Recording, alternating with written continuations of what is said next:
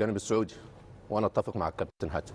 تيجي للجانب رونالدو، الزمن مع مرور الزمن تكتشف قراراتك اللي خدتها صح ولا غلط. صح ولا غلط؟ يعني انت بالنسبه لك قرار اليوم هو في منطقه رماديه بالنسبه لرونالدو، مع الزمن سيكتشف اذا كان قرار موفق ولا لا؟ وغالبا هيبقى قرار غلط لرونالدو. بدأت قرارات رونالدو الخاطئة على مستوى كروي. بدأت قرارات رونالدو الخاطئة محمد منذ خروجه من ريال مدريد وذهاب ليوفنتوس. وده وضح الزمن انه كان قرار خاطئ.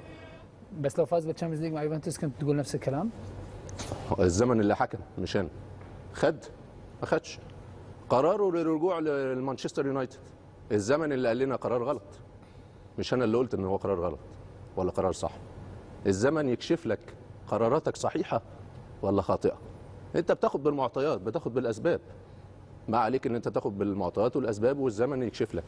فكل قراراته بعد خروجه من الريال مدريد الزمن اثبتت انها خاطئه. طيب اي قرار ثاني كان ممكن ان يتخذه غير الاعتزال؟ اولا هو قال في المؤتمر الصحفي انه جات له عروض من اوروبا وجات له عروض من امريكا واستبعدها. صح. فعنده اسبابه انه يروح للنصر.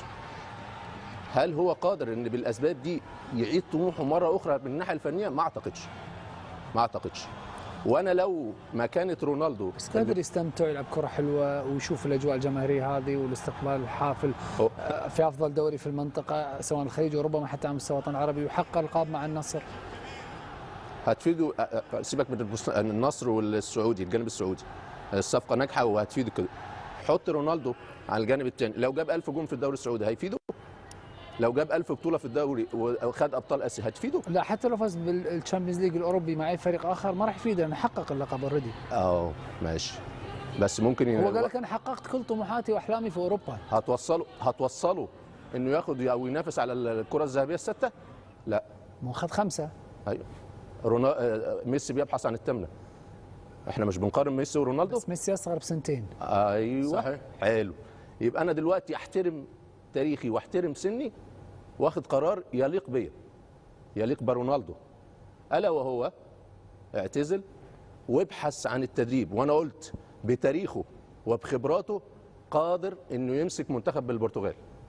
المنتخب البرتغالي يبحث ان قال عن مدرب، انما هو عاوز يلعب، عاوز يستمتع بالاجواء، تحمل حقه. صح.